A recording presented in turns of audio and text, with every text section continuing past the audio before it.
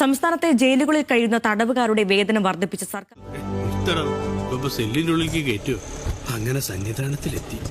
രീതിയിലാണ് ഇപ്പോൾ സംസ്ഥാനത്തെ ജയിലുകളിലെ സാഹചര്യങ്ങൾ. ഇപ്പോൾ വേതനം കൂടി ഉയർത്തിയതോടുകൂടി തടവുകാരും ഹാപ്പിയാണ്. എന്നാൽ പാവങ്ങളല്ലേ പല സാഹചര്യങ്ങളാൽ കുറ്റവാളികളായിപ്പോയി. എന്നിട്ട് എന്തുകൊണ്ട് അയാൾ ഇതെന്നോട് പറഞ്ഞില്ല? ഒരു പബ്ലിക് ന്യൂസൻസ് ആകാം. പോലീസ് വരുമോന്ന് അറിയണമല്ലോ.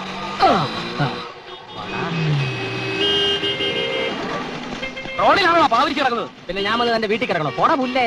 എഴുന്നേക്കാം. പക്ഷെ താൻ എന്നെ അറസ്റ്റ് ചെയ്യില്ല. എന്റെ സ്വഭാവം പറഞ്ഞ എന്നെ അറസ്റ്റ് ചെയ്യുമോ? ഞാൻ പായി തന്നെ എടുത്തോളൂ. ലോകപ്പ് ഇത് രണ്ടും ഇല്ലല്ലോ. Good morning sir. Thank you very much. പൂട്ടിക്കോ. ഒരാഴ്ചത്തേക്ക് എന്നെ വിട്ടിട്ടേക്കണേ. ബുദ്ധിമാൻ. അപ്പൊ വാടകയില്ലാതെ താമസിക്കാമെന്ന് കരുതിയല്ലേ? വേണമെന്ന് ഞാൻ പറഞ്ഞു തരാം. പോലീസുകാരെ ഇടിച്ച് സ്ലോ മോഷനും കഴിഞ്ഞ് ഞാൻ നേരെ പോവുകയാണ് DGPയുടെ ഓഫീസിലേക്ക്. എന്നിട്ട് രണ്ട് കൈയും നീട്ടി ഞാൻ പറയുന്നു, എന്നെ അറസ്റ്റ് ചെയ്യൂ. അതില്ലേ ഹീറോയിസം? ഇവിടെ ഈ ജയിലിൽ കിടക്കുന്നവന് ഒരു ചില്ലറ പൈസ വർദ്ധിപ്പിച്ചു കൊടുത്തപ്പോ സ്വന്തം ആരോഗ്യം പോലും കണക്കിലെടുക്കാതെ ഇന്നിവിടെ എത്തിച്ചേർന്ന ബഹുമാനപ്പെട്ട ആഭ്യന്തരമന്ത്രിക്ക് എന്റെ ഹൃദയംഗമമായ അർപ്പിച്ചുകൊള്ളുന്നു. വരുന്ന ആ ജയിലിനകത്തല്ലേ അവരങ്ങനെ പണിയെടുത്ത് കിട്ടുന്ന കൂലി കുറച്ച് അവിടെ വെക്കും, കുറച്ച് അവരുടെ ആവശ്യം നിർവഹിക്കും. പിന്നെ ജയിലിൽ വിട്ട് ഒരു 10-15 കൊല്ലം കഴിഞ്ഞ് ജയിലിൽ വരുമ്പോൾ ആ പൈസയും കൊണ്ട് നാട്ടിലേക്ക് പോകാം. മന്ത്രിയെ പൊക്കി രണ്ടു വാക്ക് സംസാരിക്കും. ജയിൽ അദ്ദേഹത്തിന് അന്യമല്ല. ഇന്നല്ലെങ്കിൽ നാളെ അദ്ദേഹം ഇവിടെ വരേണ്ട ആളാണ്.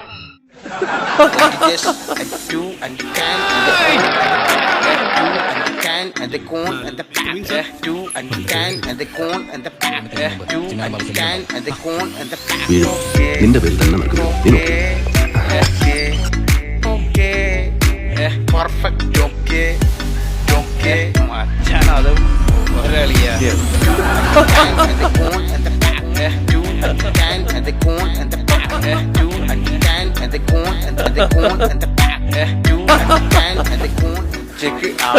ചോറ് പെരി അപ്പേരി ഒക്കെ.